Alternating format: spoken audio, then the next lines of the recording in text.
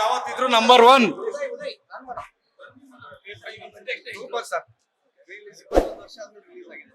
Sir ಇನ್ನೊಂದ್ಸಲ ನೋಡ್ಬೋದು ದೇವರಾಗ ಅಷ್ಟು ಚೆನ್ನಾಗಿ ಮಾಡಿದ್ರು Appu sir. Thank you sir. Super. ಅಪ್ಪ ಆಕ್ಟಿಂಗ್ ಸೂಪರ್. ಎಲ್ಲರೂ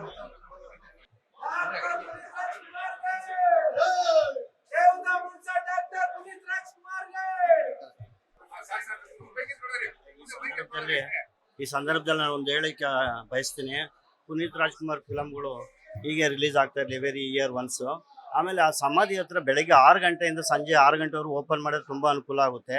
ಯಾಕೆ ಈ ಸಂದರ್ಭದಲ್ಲಿ ತುಂಬ ಜನ ನೋಡ್ತಾ ಇರ್ತೀನಿ. ಅದರಿಂದ ಬೆಳಗ್ಗೆ 6ರಿಂದ ಸಂಜೆ 6 ಗಂಟೆವರೆಗೂ ಓಪನ್ ಮಾಡೋದು ಸಮಾಧಿನ. ಆದರೆ ಇತ್ತೀಚೆಗೆ ಅವರು 9 ಗಂಟೆ ಓಪನ್ ಮಾಡ್ತಾರೆ. ಅದನ್ನ ಅಲ್ಲಿ ಸುಮಾರು ಜನ ಅಭಿಮಾನಿಗಳು ಬಂದು ಹೋಗ್ತಾರೆ, ತುಂಬ ದೂರಿಂದ ಬರ್ತಾರೆ. ದಯವಿಟ್ಟು 6 ಗಂಟೆಯಿಂದ ಸಂಬಂಧಪಟ್ಟಿರೋರು ತಿಳಿಸಿದ್ರೆ ಉತ್ತಮ. ನಮಸ್ಕಾರ. ಎಲ್ಲರೂ ಅವರು ಇವರು ಅಂತಾರೆ. ರಿಲೀಸ್ ಅಂದ್ರೆ ಏನು ಅಂತ ಬಾಸ್ ತೋರಿಸಿದ್ದಾರೆ. It's nice. ಎಲ್ಲ ಫ್ಯಾಮಿಲಿ ಒಂದೇ ಕಣ್ಣು ಮುಚ್ಕೊಂಡು ಆರಾಮಾಗಿ ನೋಡ್ಬೋದು. ದೇವ್ರ ಪಿಕ್ಚರ್ ಹೇಗೆ ನೋಡಿ ಅನ್ನೋದೇ ದೇವ್ರ ಯಾವತ್ತೂ ದೇವ್ರೆ ಸೂಪರ್.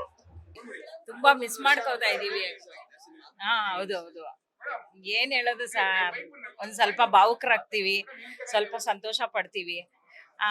ಫಿಲಮ್ ಮುಗಿತಾ ಇದ್ದಂಗೆ ಮತ್ತೆ ಅಳು ಬರಂಗಾಗತ್ತೆ. ನಾವೆಲ್ಲ ನಿಜವಾಗ್ಲೂ ಅಪ್ಪು ಸರ್ ಅಭಿಮಾನಿಗಳಾಗಿರೋದೇ ಒಂದು ಸಂತೋಷ, ಅಭಿಮಾನ. ಮೂವಿ ನೋಡಿ, ಹೊಸ ಫಿಲಮ್ಗಿಂತ ಯಾವ್ದ್ರಲ್ಲಿ ಏನ್ ಕಮ್ಮಿ ಇದೆ. ಅವ್ರ ಅಭಿಮಾನ ಎಷ್ಟು ಇಟ್ಕೊಂಡಿದಾರ ನೋಡಿ.